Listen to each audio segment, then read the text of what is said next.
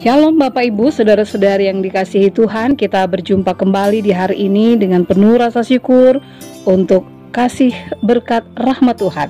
Kita akan kembali lagi membaca Alkitab dari kitab Yesaya pasal 40 ayat 1 hingga ayatnya yang ke-8 yang menyatakan, Hiburkanlah umatku, demikian firman Allahmu.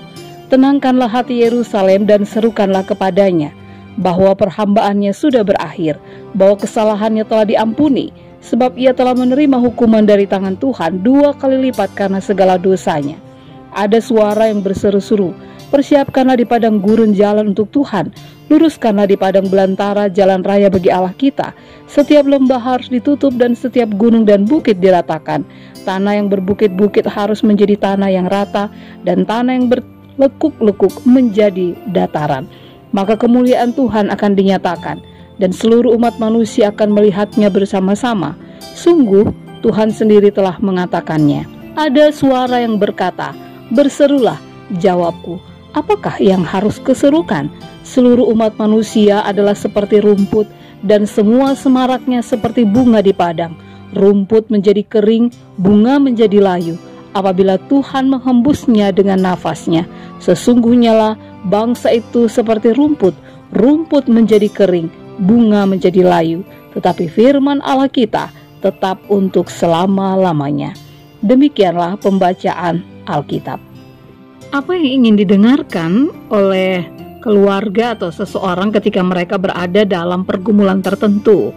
Misalnya sebuah keluarga yang sedang menantikan hasil check up dokter tentang sakit penyakit yang dialami, atau seseorang yang sudah lama mengirimkan surat lamaran kerja kepada instansi tertentu, atau juga seseorang yang sedang menanti jawaban apakah keinginannya untuk mempersunting seseorang itu bisa menjadi pasangan dalam hidupnya, atau pasangan yang sudah lama menantikan kehadiran buah hati dalam keluarga mereka.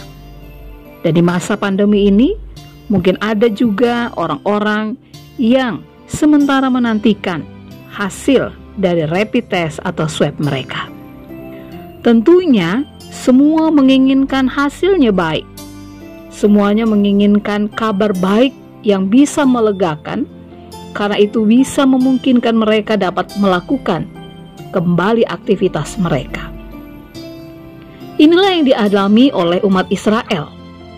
Di tengah pembuangan mereka di Babel, dalam situasi dan kondisi Israel secara politis, sosial, dan ekonomi mengalami kemerosotan.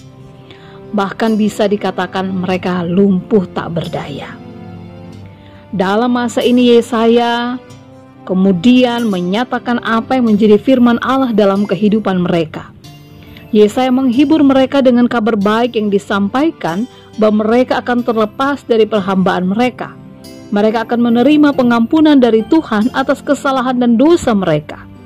Sungguh berita ini sangat menggembirakan, dan berita ini menguatkan mereka kembali.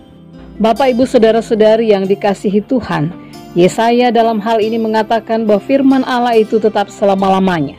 Firman Allah itu tidak berubah, tidak sama atau tidak seperti dengan kehidupan manusia yang rapuh, yang digambarkan seperti rumput yang mudah menjadi kering atau bunga yang bisa menjadi layu. Manusia dalam kehidupannya sangat rentan. Ia bisa mengalami pergumulan, baik itu sakit penyakit, penderitaan hidup yang bisa membuatnya putus asa, bahkan mengalami kematian. Manusia juga bisa mengalami situasi dan kondisi yang berubah-ubah, yang semuanya tergantung dengan dirinya sendiri, atau juga tergantung dengan situasi di luar dirinya.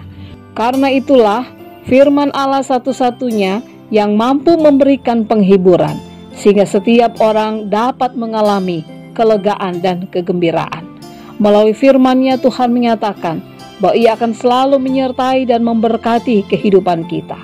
Tuhan tidak akan pernah meninggalkan kita. Karena itu Bapak, Ibu, Saudara yang kekasih, jika saat ini kita memiliki pergumulan, mengalami begitu banyak persoalan hidup, ingatlah selalu bahwa firman Allah itu selalu pasti. Tuhan selalu menggenapi janjinya untuk memberikan kekuatan. Bahkan firman Tuhan itu membangun semangat kita agar kita selalu hidup di dalam pengharapan. Amin.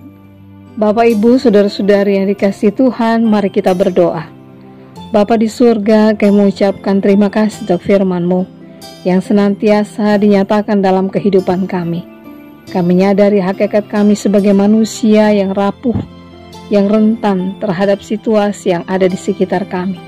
Tapi kami bersyukur karena firman Tuhan itu selalu pasti bagi kami.